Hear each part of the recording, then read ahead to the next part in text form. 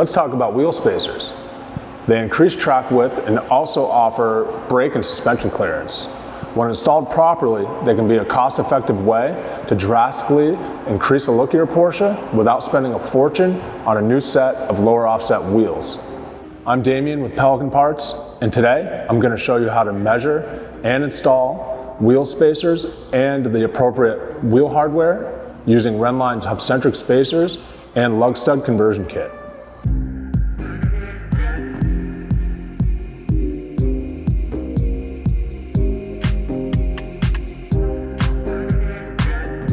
Let's take a look at the tools and parts we'll need for the job. First up is a straight edge. We're going to use this to set against the fender, and so we can measure between the face of the wheel or the tire in the wheel. A tape measure, specifically one that measures in millimeters. 19 millimeter wheel bolt socket, 3/8 ratchet, alongside a 5 millimeter hex socket. We'll use these to install Rennline's wheel studs. We've got Rennline's wheel stud and lug nut conversion kit. They also sell extended wheel bolts if you want to just skip the whole lug stud conversion. Of course, the wheel spacers themselves, Rennline's lovely CNC machined hub-centric versions. And last but not least, a proper torque wrench. We're starting with the car at ride height so we can get the most accurate measurement possible. I put a piece of blue painter's tape here to protect the paint, because we are going to lean the straight edge up against the fender directly, and then take our tape measure and measure between two spots, the face of the wheel in the straight edge and the sidewall to the inner lip of the fender as best we can, so that way we can know for sure where the tire is going to land and how much room we have to work with.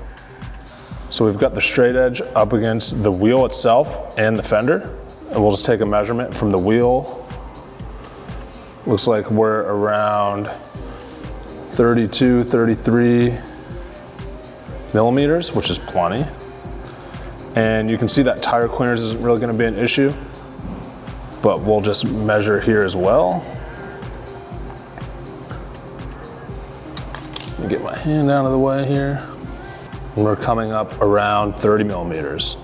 If this car was much lower, we would have more of a concern here. But in this case, we can run pretty much any spacer size we want. Now that we're done measuring at the rear of the car, we'll head to the front. I'm expecting a larger measurement there just because most Porsches have staggered wheel setups, which mean they're wider in the rear than they are the front. So it's likely that the front wheels are pushed in much further. Looks like we're around 38, 39 millimeter. And from the tire, 35, 36. So around 36 millimeters here. Again, plenty of room for any wheel spacer, any look we want, basically. We've got our measurements ready. We'll get this thing up in the air, take the wheels off, and get ready for the hardware and spacers.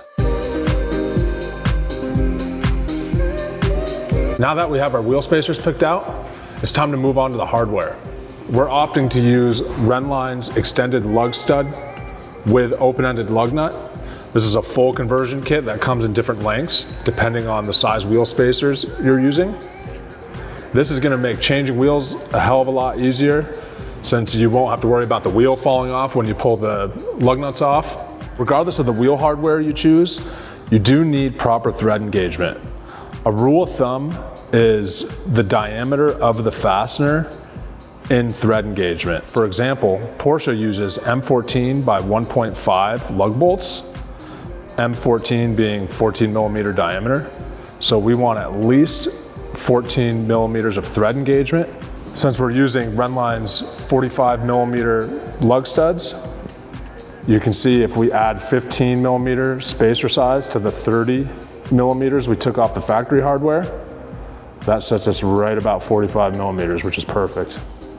We don't want you to be racing your own wheels on the highway, so this is a crucial step.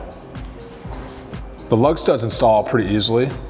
Rennline does recommend some high strength or high temp Loctite on the end of the stud that's going into the hub, so those don't come loose over time, heat cycles, heavy braking at the track, and so on. We also don't want to completely glue these in place because these should be replaced At the longest, every 2 years. These are wear and tear items, so if you're doing 10 or more track days, you're gonna wanna at least change these once a year. That should do it. We'll thread all these in by hand.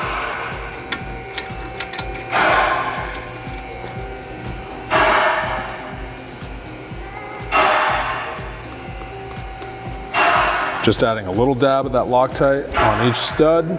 One day they'll figure out you can just hold the locks down and not have to clang all over the place. These should thread in by hand. If you're feeling any resistance here, you definitely want to clean the threads on your car or check for damage, because the last thing you want to do is cross thread your wheel hub and then you're changing the whole wheel bearing. These are bottomed out by hand. We're going to go over with our torque wrench and set these all to 41 Newton meters. Since we're going for more of a square flush setup, we actually want to use the larger spacers up front. As I mentioned earlier, most Porsches are staggered from front to rear, which means the front wheels are narrower. So we'll go with the 15 millimeter up front and the 12 millimeter in the rear. Push this on, make sure this seat's flat. We'll repeat the process back here. Install the Rennline lug studs and then the wheel spacer. We'll get ready to throw the wheels back on and see how she looks.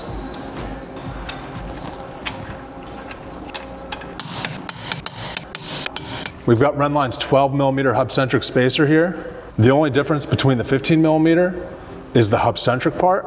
If you noticed on the 15 millimeters, it was a full circle, but anything below that is gonna actually come with the 3 or 5 tab if you have a 718 or 992. The 3 tab versions will only go on one way, so you'll kind of have to clock around until you find that position.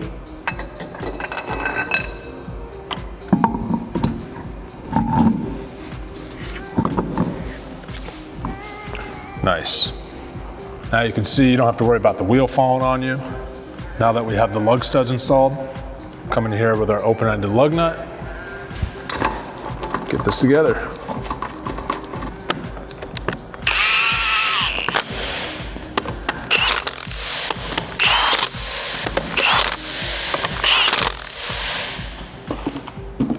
This process is the same over on the driver's side.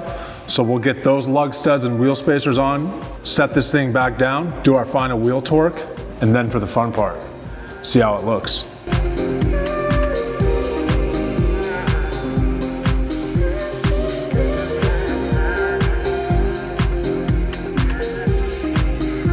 If you're interested in learning how to work on your Porsche, head over to pelicanparts.com.